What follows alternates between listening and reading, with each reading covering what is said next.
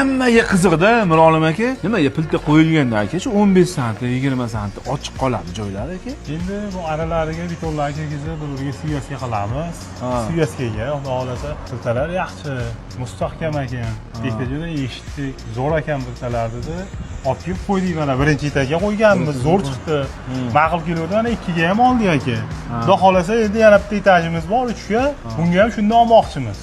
Bu beton arasiga quyib chiqqanda bir-biriga kirib turib, suyasga bo'ladi. Suyasga qilib, yer qimirlaganda yaxshi ushlaydigan bo'lib, keyin piltalarni ham eng sifatli sementlardan ishlatamiz aka o'zimiz.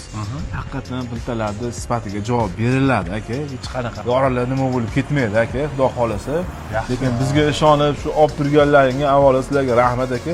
Tavsiya qilasiz boshqalarga ham. Ha, albatta aka. Mana shunaqa qurilishda nima qilib boshlaganlarga tavsiya qilamiz. Ishlari yaxshi, zo'r ekan aka. Keyin bizda aka stalbalar ham bor. Mabodo kimgadir